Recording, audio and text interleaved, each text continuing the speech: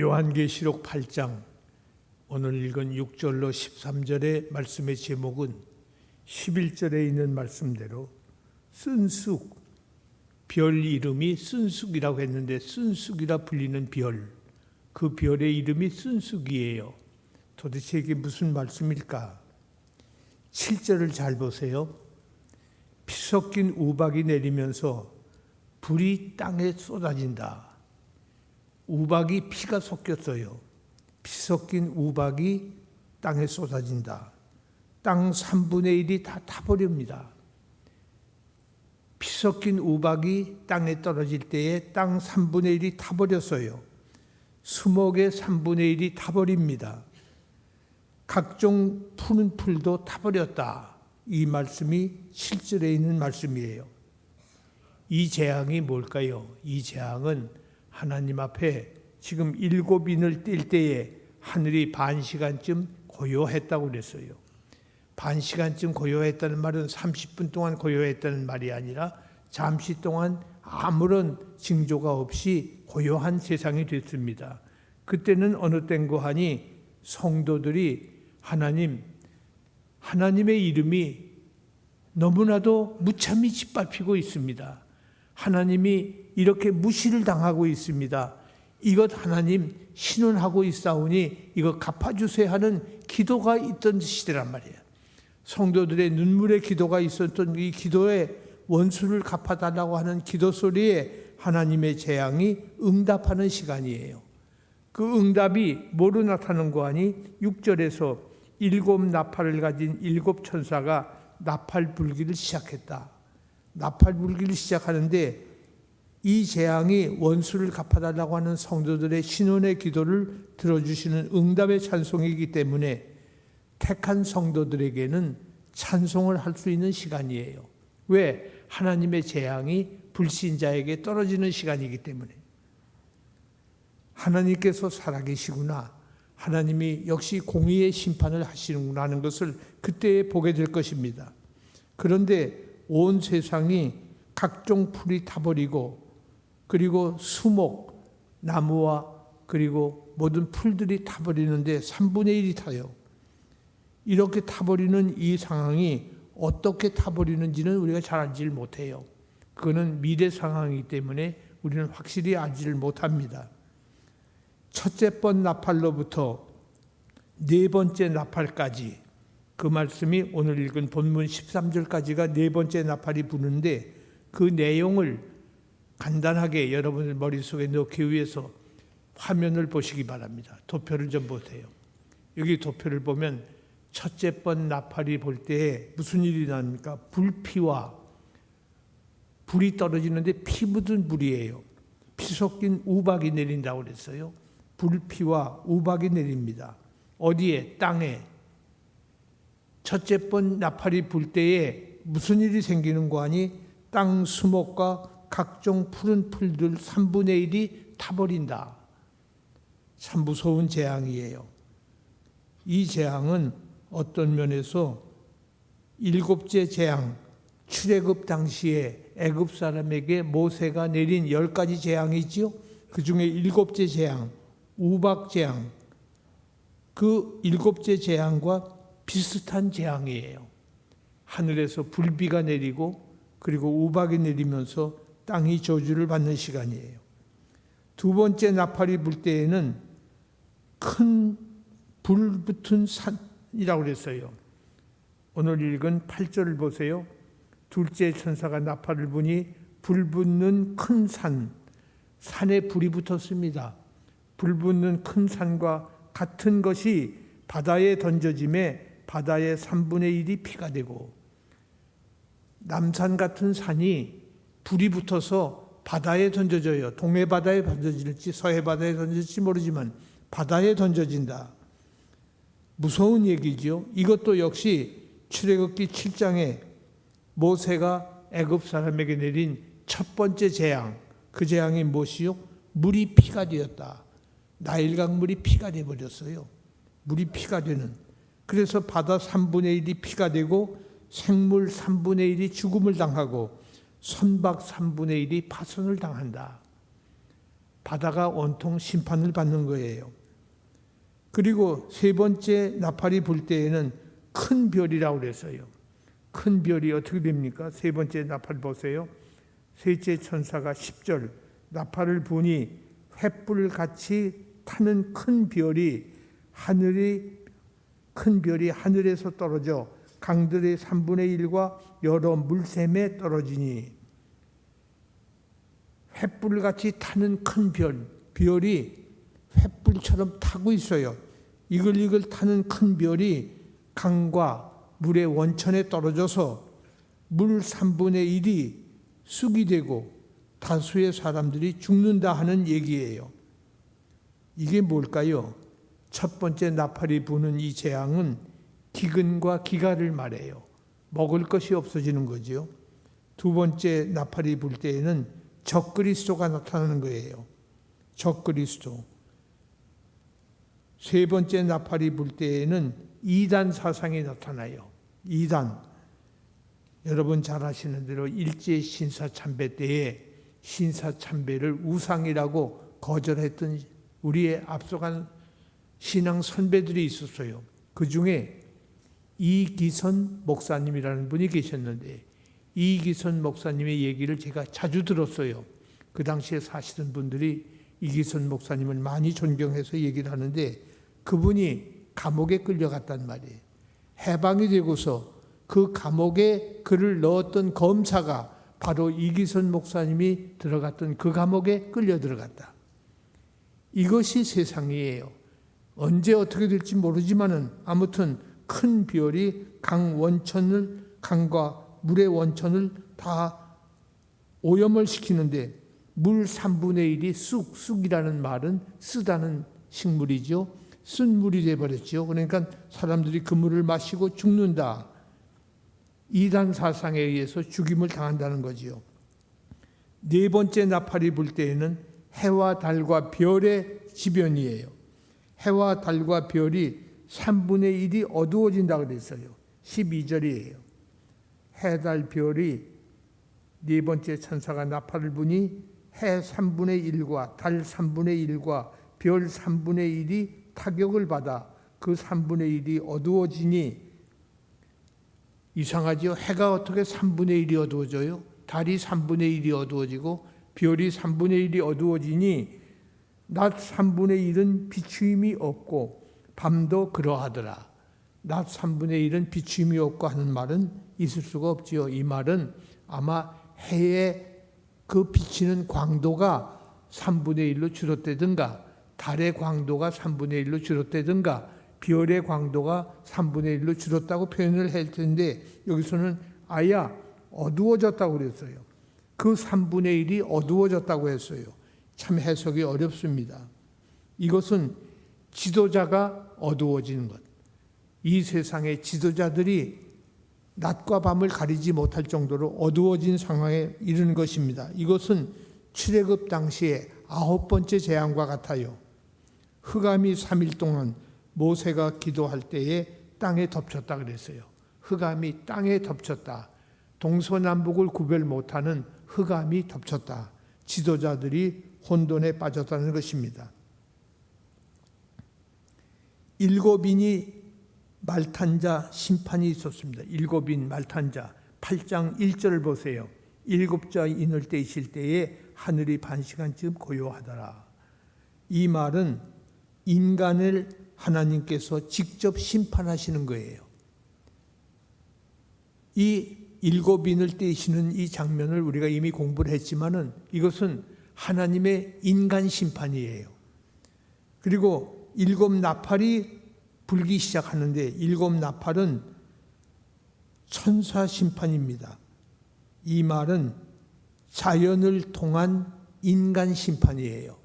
자연을 저주해서 자연이 파괴됨으로 인간이 심판을 받는 것을 말합니다. 첫 번째 나팔이 불 때에 땅과 수목이 파괴되어서 생태계가 파괴되는 거예요. 요즘 생태학이라는 학문까지 생겨서 굉장히 자연에 대한 연구를 하는 사람들이 많잖아요. 생태가 파괴됩니다. 생태가 파괴되면 제일 문제가 양식이 없어요.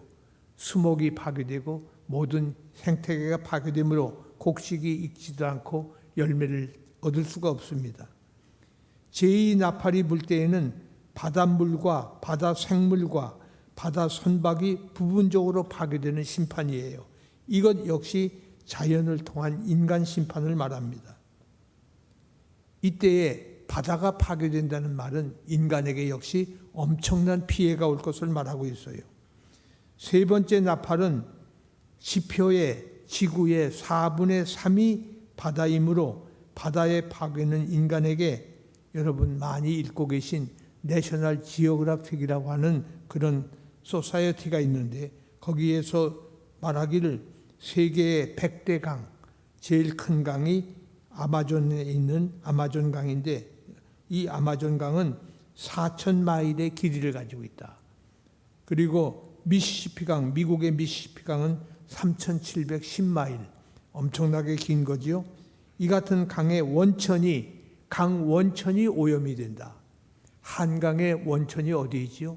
저 강원도 쪽에 있을 거예요. 낙동강의 원천은 어디 있지요? 그 원천이 물의 오염을 일으켰다. 그 물을 마실 수가 없어요. 우리 한강을 수질을 보호하기 위해서 저 한강 상단에 올라갈수록 거기에 아주 엄청나게 경계를 하고 있죠. 지키는 이들이 한강을 보호합니다. 거기다가 오염물질을 버리면 우리가 식수를 못 하잖아요. 그러니까 안타까운 일이 벌어지는 겁니다. 이 식수 오염이 이때 생겨지는 것이다. 네 번째 나팔 불 때, 세 번째 나팔 불 때, 네 번째 나팔은 1월 성신, 해와 달과 별이 변천을 일으켜서 역시 심판이 일어납니다.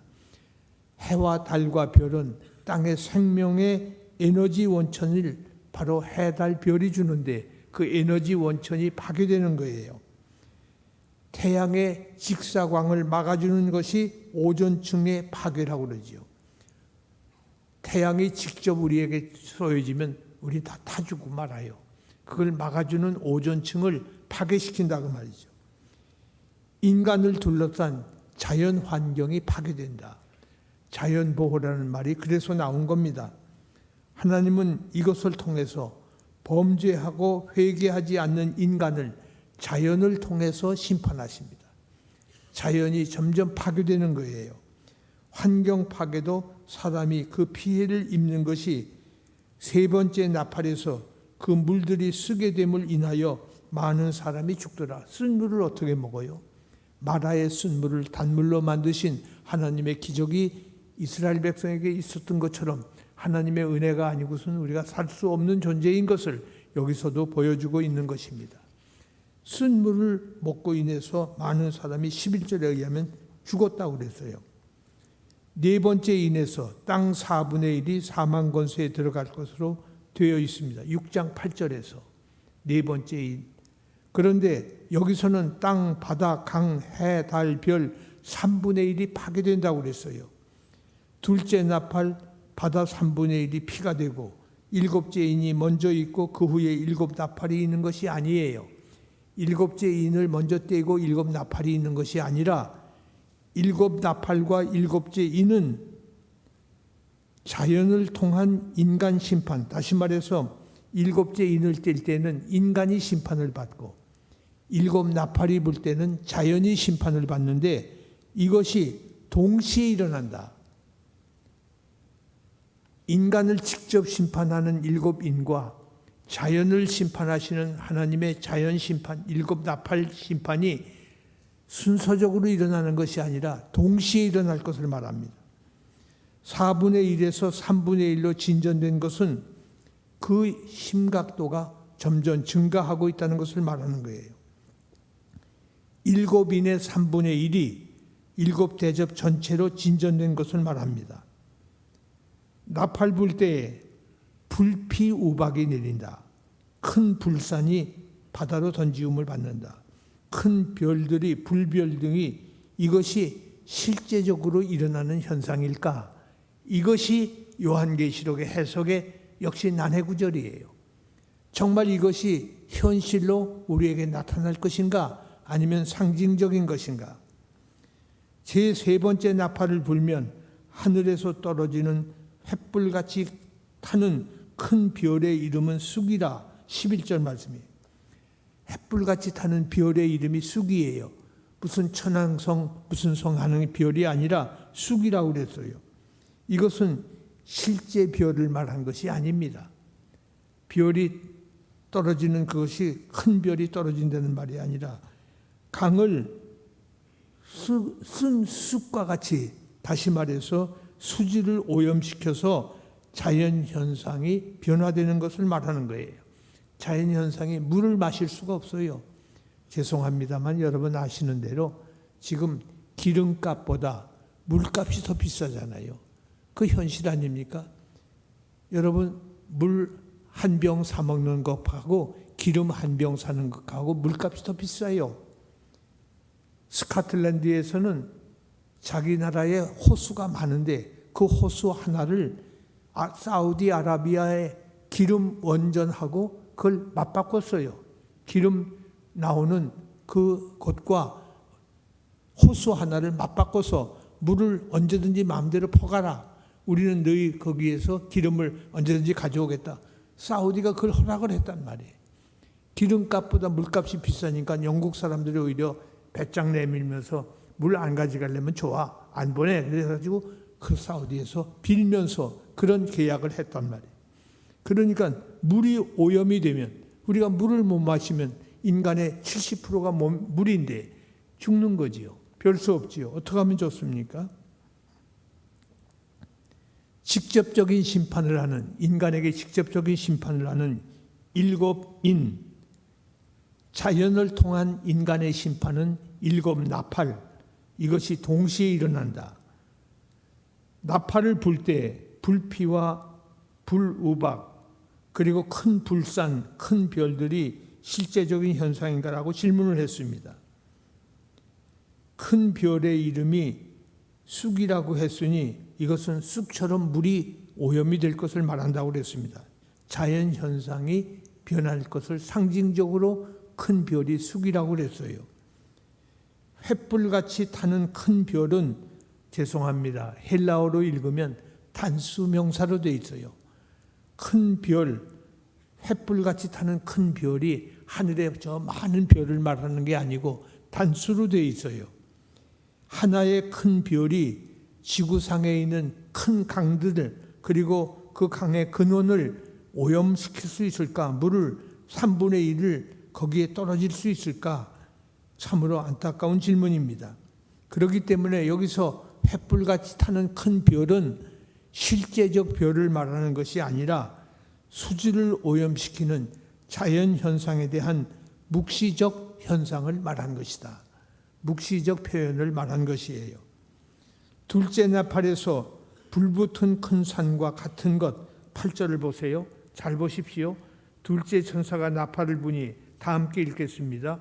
불붙는 큰 산과 같은 것이 바다에 던져짐에 바다의 3분의 1이 피가 되고, 불붙는 큰 산이 바다에 던져진다고 그러지 않았어요. 불붙는 큰 산과 같은 것이라고 했어요. 잘 보세요. 아주 중요한 말입니다. 여기 바다에 던져진다는 것도 같은 것, 같이 바다에 던져진다라고 읽어야 될 거예요. 피 섞인 우박과 불, 횃불같이 타는 큰 별도 같은 것이 이렇게 될 것이다 라고 읽어야 될 거예요. 이 같은 것이라는 말이 중요해요. 다른 것들, 피 섞인 우박과 불, 횃불같이 타는 큰 별도 같은 것일 가능성이 많습니다. 뿐만 아니라 불붙는 큰 산과 같은 것, 헬라어로 읽으면 호스, 호로스, 메가, 퓨리, 카이오메논, 이 말은 단수로 역시 되어 있어요. 그렇기 때문에 하나의 별을 말하지 큰 별이 수백 개가 있는 게 아니에요. 5대양에 하나의 별이 어떻게 동시에 떨어집니까? 하나는 태평양은 저쪽 유럽 쪽에 있고 대서양은 이쪽 아시아 쪽에 있는데 어떻게 큰 별이 양쪽에 떨어질 수 있어요? 그런데 이것이 하나의 별을 말하는 것이 아니다 그 말이죠. 같은 것이라고 그랬어요. 별과 큰 산과 같은 것이, 불붙는 큰 산과 같은 것도 역시 단수로 되어 있어서 5대양에 동시에 떨어지는 것이 아니다. 네 번째 나팔은 해달별 3분의 1이 침을 받았다고 그랬어요. 그 3분의 1이 어두워지고 낮 3분의 1이 비침이 없고 밤 3분의 1도 그러하다. 네 번째 나팔은 12절에 있어요. 해달 별 3분의 1이 침을 받았다. 여러분, 이상한 표현이죠. 해가 어떻게 침을 받아요? 달이 어떻게, 별이 어떻게? 그 빛의 강도가 3분의 1이 약해졌다 하면 우리가 이해를 할 수 있어요. 근데 약해졌다고 하는 것이 아니라 낮 시간 3분의 1, 밤 시간 3분의 1이 어두워졌다. 밤에 3분의 1이 어두워졌다는 건 몇 시부터 몇 시까지가 어두워졌다는 얘기인데 그건 이상하잖아요. 따라서 첫째 번부터 네 번째 나팔, 불, 피, 우박, 큰 불산, 햇불 같은 큰 별, 해달 별 3분의 1이 침을 맞는 이 모든 것은 실제적 현상이라기보다는 상징적 현상이다.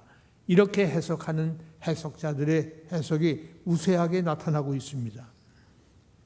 실제적이라는 주장에 대한 여러 가지 반론이 있어요. 첫째 나팔에서 피 섞인 우박불, 두 번째 나팔에서 불붙은 큰 산이 바다에 던져오고, 세 번째 나팔에서 햇불같이 타는 큰 별이 하늘에서 떨어지고, 네 번째 나팔 불 때에 해달별 3분의 1이 침을 받고 어두워졌다 그랬어요. 이것이 실제적인가 하는 이유를 대는 사람들이 있어요. 계시록은 묵시문학의 책이라고 그랬습니다. 예언서입니다. 묵시문학에 속하는 해석 성경책이면서 동시에 예언서예요. 미래를 예언하는 책이에요. 미래 재앙들이 미래에 반복될 것인가? 아니에요. 한 번 일어나면 끝이에요. 반복되는 건 아닙니다. 그런데 이스라엘의 기적적 출애굽이, 이스라엘의 10가지 재앙을 모세가 일으켰잖아요. 그 출애굽 재앙이 자기 백성을 미래에 구원하실 하나님의 방법과 같다고 보는 사람들은 실제로 일어난다고 그래요. 왜냐하면 모세가 일으킨 10가지 재앙이 실제로 일어났잖아요. 어두워졌고 나일강이 피가 되어버렸고, 이런 모든 것이 실제로 일어났기 때문에 이것도 실제로 일어난다, 이렇게 해석을 하는 겁니다. 그러나 여기에 모순이 너무 많아요. 상징적인 해석을 하는 사람도 있어요. 제1나팔, 첫 번째 나팔은 땅, 풀, 나무들이 민족과 사람들을 상징한다고 그랬어요. 8장 11절에서 별, 물들이라는 자연이 인간과 나란히 함께 사용되고 있습니다. 나팔 재앙이 애굽 재앙과 비슷한 것은 사실이에요. 그러나 애굽 재앙이 실제인 것처럼 나팔 재앙이 실제로 일어날 것인가? 애굽 재앙이 실제적인 건 사실이지만은 그것이 반복돼서 일어날 것인가? 이사야서 11장 13절 이하에 아주 중요한 말씀이 있습니다. 여러분 찾아주세요. 이사야서 11장 15절로 16절 말씀이에요. 제가 읽겠습니다. 이사야서 11장 15절, 여호와께서 애굽 해만을 말리시고 그의 손을 유브라데 하수 위에 흔들어 뜨거운 바람을 일으켜 그 하수를 쳐 7갈래로 나누어 신을 신고 건너가게 하실 것이라. 남아있는 백성 곧 아수르에서 남은 자들을 위하여 큰 길을 있게 하시되 이스라엘이 애굽 땅에서 나오던 날과 같게 하시리라. 이 말은 무슨 말인고 하니, 애굽 사람들한테 잡혔던 이스라엘이 10가지 재앙으로 해방을 받았던 것처럼, 하나님의 은혜로 그들이 출애굽을 할 수 있었던 것처럼, 아수르에게 포로로 잡혀간 이스라엘 백성들이 하나님의 은혜로 애굽 사람들과 같이 그렇게 기적적으로 귀환할 것을 예언적으로 말씀한 것을 애굽 사람들이 당했던 그 모든 10가지 재앙이 아수르 사람에게도 일어날 것이라고 해석하는 것과 같다. 그렇기 때문에 이 말씀은 홍해를 역사적인 사건이라고 해서 아수르에서 해방되는 것을 홍해에서 해방 걷는 것처럼 그런 역사가 일어나는 것은 아니다. 다시 말해서 일곱 길로 15절을 보세요. 그 하수를 쳐 일곱 길 갈래로 나누어 신을 신고 건너게 하실 것이라. 유브라데 강 하수가 일곱 길로 갈라져서 일곱 길로 그 신발을 신고 건넜다. 이것은 상징적 표현을 그렇게 한 거예요. 다시 말해서 홍해를 마른 땅 밟고 걷는 것처럼 하나님께서 하신 일을 여기서 다시 상기시켜 주고 있는 것입니다. 그렇기 때문에 상징적 해석이라고 보는 것이 오히려 옳습니다. 8장의 나팔 재앙이 출애굽 재앙과 비슷한 것은 사실입니다. 그러나 이것은 실제적 사건으로 해석하기에는 좀 무리가 있습니다. 나팔 재앙이 상징적일까? 땅과 바다와 수목과 풀이 실제적인 건 사실이에요. 그러나 첫 번째 나팔, 두 번째, 세 번째, 네 번째 재앙이 상징성을 의미한다면 네 번째 인의 창백한 말과 그 탄자가 사망을 상징하는 것과 같습니다. 네 번째 인을 뗄 때, 나팔을 불 때가 아니에요. 네 번째 인을 뗄 때에 6장 8절에서 창백한 말이 나오지요. 그 탄자가 누구라고 그랬어요? 탄자가 예수님이 아니에요. 창백한 말을 탄 자는 사망이라 그랬어요. 사망. 창백한 말이란 말은 죽은 시체의 얼굴 색깔과 같은 것. 그것이 창백한 말을 말해요. 그 이름은 사망이라고 한 것은 상징성을 말한 것과 같이 여기서 나팔 재앙은 상징적 해석을 하는 것이 옳다. 첫 번째서부터 네 번째 재앙을 뗄 때에 오라 6장 1절에서 등장하는 그 말탄 자가 상징적이었듯이 첫 번째에서 세 번째 나팔을 불 때에 나타나는 현상도 상징성을 가진 표현이다. 이것이 묵시문학의 표현이라는 것입니다. 상징적 해석이 맞다고 하는 단서는 제3 번째 나팔 횃불같이 타는 큰 별과 쑥이라는 이름을 연관시킬 수가 없다는 것입니다. 물들이 3분의 1이 쑥이 되매 그 물들이 쑥이 됨을 인하여 많은 사람이 죽더라. 물들이 어떻게 쑥이 됩니까? 그런데 물이 쑥이 됐다는 말은 쓴 물이 되었다는 그 말이죠. 네 번째인 청황색 말탄자의 이름은 사망이라고 한 것처럼 쑥도 제3 번째 나팔 불 때 큰 별을 강물 오염의 배경을 묵시적으로 역시 큰 별이라고 표현을 한 것입니다. 이런 현상이 실제로 또 온다고 해석할 경우 많은 신자들이 마지막 때를 준비하지 않아요. 아직 큰 별이 산같이 큰 산이 바다로 던져지지 않았지 않은가 이러면서 그 실제로 올 때를 기다리고 마지막 심판날을 준비하지 않기 때문에 이것은 실제로 오는 것이 아닙니다.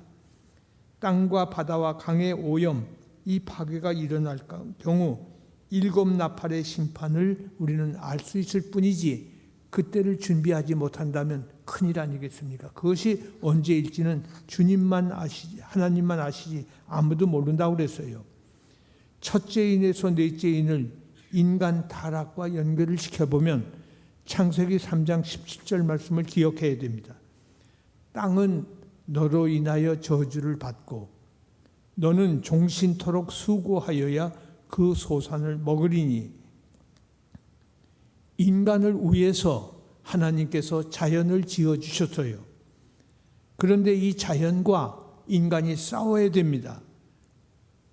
너로 인하여 땅이 저주를 받고 너는 종신토록 땅에서 수고를 해야 그 소산을 먹을 수 있다. 땅과 싸워야 됩니다. 참 안타까운 일이 벌어지는 거예요. 범죄로 인해서 자연이 저주를 받는 현상이 나타나는데 인간 죄악이 증대함에 따라서 자연의 변이는 더 심각해진다.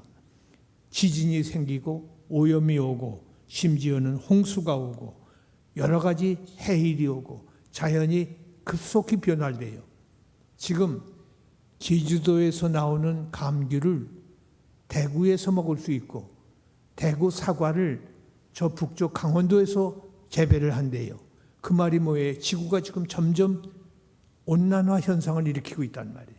그건 인간의 죄 때문에 그랬어요. 인간들이 갖가지 연료를 사용함으로 인해서 지구가 점점 뜨거워지는 거예요. 얼음이 북극 지역에 많이 녹아버렸어요. 그래서 기후가 지금 점점 더워지고 있습니다. 어쩌면 좋습니까? 그런데 하나님의 심판이 자연의 저주로 극심하게 일어날 때에 인간이 어떻게 해야 될까? 수동적으로 그냥 당하기만 하면 된다는 말인가? 하나님의 말씀이 사실이구나, 진실이구나 하고서 수동적으로 그냥 우리는 당해야만 하는 것인가? 창세기 3장 17절에 그 땅과 싸우면서 땀을 흘려 먹을 것을 찾으라고 그랬어요. 그 말은 무슨 말인고 하니 자연을 개간하고 정복하라는 말과 같아요. 창세기 1장 28절에서 저 유명한 문화 명령이 나와요. 성경을 둘로 나눠서 창세기 1장 28절에서는 문화 명령, 마태복음 28장 16절 이하에서는 복음 명령, 전도 명령이 나와요. 이것을 예수님의 최상의 명령, 지상 명령이라고 그래요. 땅 끝까지 이르러 내 복음을 증거하라. 이것이 예수님의 지상 명령이에요.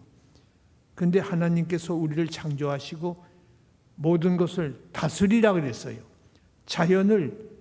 자연에게 복종하지만 말고 자연을 다스려라. 문화를 개간해서 문화로 이 세상을 다스리라고 말씀을 했습니다. 땅을 정복하라고 그랬어요. 그랬더니 사람들이 자연을 마저리 파괴하는 것이 이 명령인 줄 알고 잘못하면 안 되지요.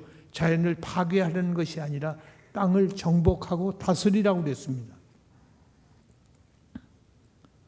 문화명령은 인간 타락으로 인해서 취소된 것이 아니에요. 우리가 땅을 잘 다스려야 됩니다. 첫 번째에서 네 번째 나팔까지 하나님의 심판이 임한 것을 알고 이런 현상이 일어나는 것은 마지막이 가까웠구나. 하나님이 인간을 자연 파괴를 통해서 심판하시는구나 하는 것을 빨리 깨달아야 돼요. 빨리 깨닫고 우선 하나님 중심의 삶으로 더욱 박차를 가해야 돼요. 인간 중심, 내 중심, 나 삶의 중심으로 있던 나를 하나님 중심으로 빨리 옮기는 그런 일을 해야 됩니다. 창세기 1장 28절에서 문화 명령을 따라서 환경 오염 문제를 해결하는데 인간들은 총력을 기울여야 됩니다. 하나님의 환경 심판과 환경 보존 간에 지혜롭고 긴장을 갖고 하나님께 순종을 해야 돼요. 우리가 이 자연을 적대시하면 안 되지요. 자연을 잘 다스리고 자연을 우리가 보존해야 할 책임이 있어요. 첫째 번에서 네 번째 인을 뗄 때 범죄한 인간에 대한 심판으로 정복과 분쟁과 경제난과 죽음이 있다고 그랬습니다. 그때에 수동적으로 받아들이기만 할 것이 아니라 인간성 파괴를 막기 위해서 복음과 사랑을 개인적, 사회적으로 전하고 실천해야 한다. 대단히 미안합니다. 지금 전 세계 미국에서 대법원에서 판결을 했지요. 동성애 그건 좋다. 동성애 합법적이라고 판단을 했어요. 유럽의 기독교 국가 30개가 넘는 나라들이 동성애를 다 합법화시켰어요. 한국의 그 동성애가 상륙을 하려고 할 때 서울시장, 현 서울시장께서 아시아 어느 지역에 가서 연설을 하면서 내가 반드시 한국의 동성애를 합법화시킬 수 있는 길을 열겠다고 장담을 한 사람이에요. 그 연설문을 녹음으로 해서 우리가 다 들었어요. 안타까운 일입니다. 그런데 이 동성애가 생겨질 경우에는 종족이 씨가 말라져요. 하나님을 얼마나 대적하는 일입니까? 그런데 이 동성애를 기독교 신자들이 목숨을 걸고 막은 거예요. 국회의원들 중에서도 100명 정도가 동성애를 찬동하고 지금 입법화시키려고 의안으로까지 올려놨는데 그걸 못하고 있어요. 그거 하면 당신 지역구에 있는 기독교인들이 투표 안 하겠다 하니까 겁이 나서 못하고 있는 거예요. 이 안타까운 일이 벌어지고 있어요. 그리고 동성애와 또 한 가지 사건이 벌어져요. 차별화법. 그것은 제가 이 자리에서 불교는 구원이 없습니다. 모슬렘, 이슬람교 구원이 없습니다. 이렇게 설교를 하잖아요. 저는 오늘 저녁에 경찰이 와서 잡아갈지도 몰라요. 그는 이슬람과 불교를 차별했다는 겁니다. 그래서 목사가 설교를 못하게 돼 있어요, 지금. 이 차별화법을 역시 국회에서 통과를 시키겠다는 겁니다. 이걸 통과시키겠다는 것을 기독교인들이 역시 결사반대해서 이걸 막고 있어요. 이런 사건이 일어났어요. 심지어 모 교단의 목사님이, 여자 목사가 동성애를 지지하고 그것을 옹호하다가 엄청난 일이 벌어졌지요. 이번 가을 총회에서 고려파 총회는 동성애는 이단이라고 명명을 했어요. 그리고 합신파가 이단이라고 그랬고, 합동파와 고려파는 이단성이 있다고 그랬고, 우리 통합 측에서는 총회에서 어떻게 결정했는가 하니 이단이 아니라 모든 교회 직원, 목사, 장로, 권사, 집사 된 사람은, 동성애를 지지하거나 옹호하는 사람은 교회 직분을 맡을 수가 없다. 신학교 교수가 문제란 말이에요. 교수 중에 동성애를 지지하거나 옹호하는 교수는 학교에서 익스펠, 출교시킨다. 이걸 이번 총회가 결정을 했어요. 하나님께서 한국교회를 사랑하십니다. 하나님이 이 교회를 보시고 이렇게 썩고 이렇게 부패한 한국교회를 그래도 하나님이 사랑하시는 이유가 있어요. 이 21세기에 미국 교회를 쓰시겠습니까? 영국, 독일 교회를 쓰겠습니까? 어제 토요일에 WRF 세계 개혁주의 연맹의 국제 총무가 저를 찾아와서 저하고 잠시 차 한 잔을 마시면서 얘기를 했어요. 네가 아니었다면, 한국교회가 아니었다면 이번에 비텐베르그, 독일에서 루터가 종교개혁의 횃불을 올린 그 비텐베르그 인터내셔널 컨퍼런스 국제대회는 캔슬될 뻔했다. 못할 뻔했는데 너 때문에, 한국교회 때문에 해결이 됐다고 하면서 얼마나 감사를 하는지, 그 감사를 드리기 위해서 여기까지 왔다는 거예요. 그러면서 너무 고마워해요. 그래서 제가 그런 말을 했어요. 이거는 내가 한 것도 아니고 한국교회가 한 것도 아니다. 이 돈 조금 내는 것은 한국교회가 한 것도 아니야. 죄송하지만 7사람에게 전화를 했더니 7사람들이 예, 제가 하겠습니다 하고 돈을 낸 거다 말이야. 그 사람들 이름 당신들이 달라고 할 때 제가 안 줬어요. 그분들은 오른손이 하는 일 왼손으로 모르게 하게 하라고 하는 주님의 말씀을 기억하고 우리 이름 내지 말라고 한 사람들이다. 그래서 최하 만불, 그리고 많이 낸 분은 몇만 불을 또 냈어요. 그래서 그것을 채워줬더니 비텐베르그 대회가 계속될 수 있고, 이번 10월 달에 10월 25일부터 31일까지 그 대회가 계속될 거예요. 전 세계가 미국에서 1달러도 못 냈어요. 영국 교회 역시 1파운드도 못 냈어요. 독일 교회 1유로도 못 냈어요. 한 푼도 못 내요. 프랑스 교회는 말도 못해요. 그런데 한국 교회가 이걸 감당한 거예요. 한국 기독교인들이 감당을 한 거예요. 내가 어느 교회를 들지 않았어요. 그저 제가 기도하다가 생각나는 분에게 전화를 했더니 다 한 사람도 거절하지 않고 다 동의를 해줬어요. 너무너무 감사합니다. 하나님께서 이 한국교회를 21세기에 쓰시지 않겠습니까? 그냥 버리시겠습니까? 절대 버리지 않으셔요. 하나님께서는 한국에 전쟁이 일어나서 다 망하게 하시겠습니까? 안 그래요. 저는 확신을 합니다. 하나님께서 대한민국도 안 버리시고 한국 기독교도 안 버리실 거예요. 여러분을 사랑하십니다. 하나님이 이 한국교회를 얼마나 아끼시는지 우리는 눈으로 보고 있잖아요. 과거에 우리를 사랑하신 하나님이 우리를 사랑하고 계셔요. 내가 또 보고 들으니 공중에 날아가는 독수리가 큰 소리로 이르되 13절 말씀, 땅에 거하는 자들에게 화가 있으리로다. 이 외에는 세 천사의 불나팔 소리로 인함이로다. 세 천사가 나팔을 아직 부는 거예요. 그는 5번째 재앙, 6번째 재앙, 7번째 재앙이 아직 남아 있잖아요. 그 다음 9장에 나와 있는 나팔 재앙이 나와요. 이 세 재앙을 화라고 표현을 했어요.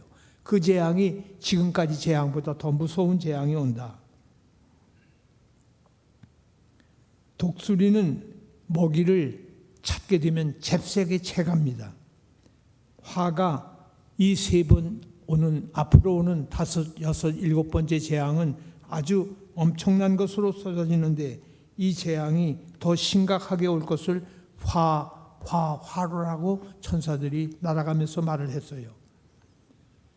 13절 하반절에 세 천사의 불나팔 소리를 인함이로다 하더라.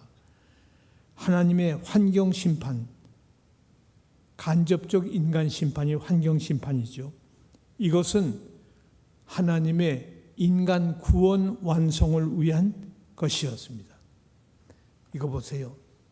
하나님의 구원 계획이 있다고 그랬잖아요. God has a plan. 하나님은 계획을 갖고 계신 분이에요. 그냥 막구잡이로 한 게 아니에요. 우리를 구원하실 때에도 창세전에 예정을 하신다고 그랬어요. 창세전에 예정을 하시고, 그건 제 말이 아니잖아요. 성경에 있는 말 아니에요. 창세전에 우리를 예정하시고, 우리를 지명하시고, 우리를 부르시고, 우리를 이 세상에 낳게 하시고, 우리를 살게 하시고, 위험 중에서 건져주시고, 지금까지 인도하신 하나님, 그 하나님이 우리를 향해서 구원을 주시기로 약속을 하셨는데, 그 구원을 예수 그리스도를 통해서 완성을 시킨단 말이에요. 예수 그리스도 안에 있는 사람은 저주가 없다고 그랬어요. 우리는 이미 구원에 들어간 사람들이에요.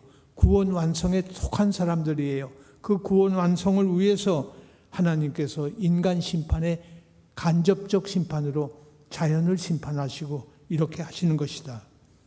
심판의 나팔 소리가 들릴 때 불신자들로 하여금 하나님께 돌아오게 할 거예요. 그때라도 늦지 않았으니 이제라도 돌아와라. 나팔 소리가 날 때 불신자들이 하나님께도 돌아오게 될 것이고, 신자들은 어떻게 되는가? 신자들은 16장 15절에 깨어 자기 옷을 지켜 벌거벗고 다니지 아니하며 부끄러움을 보이지 않도록 경성시키는 것이 그때의 나팔 소리예요. 벌거벗고 있으면 주님 앞에 어떻게 나타납니까? 그러니까 깨어서 벌거벗고 다니지 아니하고 부끄러움을 보이지 않게 하려고 준비하라. 그것이 신자들에게 주시는 나팔 소리예요. 무슨 옷을 입어야 됩니까? 무슨 옷인고 하니 예수님께서 자기 보혈로 씻어서 빨아주신 흰 옷을 입은 사람만이 주님 앞에 선다고 말이에요. 그래서 우리는 주님의 보혈을 믿고 주 앞에 설 수 있는 우리가 될 것을 준비해야 돼요. 언젠가도 말씀을 드렸어요. 옛날에 평양신학교 학생들이 기숙사에서 잠을 잘 때에 잠잘 때 군대에서 마치 군복을 개서 자기 발밑에 놓고 잠을 자듯이, 왜 기상나팔 부르면 갑자기 군복 찾다가 시간 보내면 안 되잖아요. 빨리 입고 먼저 바지를 입고 그 다음에 뛰어가면서 군화를 신고 뛰어가면서 철모도 쓰고 위쪽으로도 입고 하는 그런 법이 다 있어요.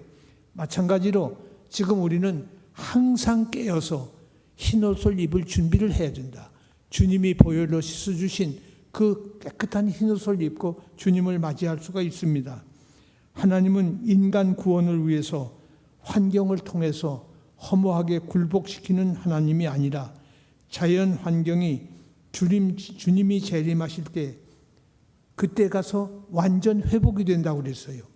로마서 8장 18절에 모든 자연도 구원을 받게 돼요. 이 구원은 인간 구원과 같은 것이 아니에요.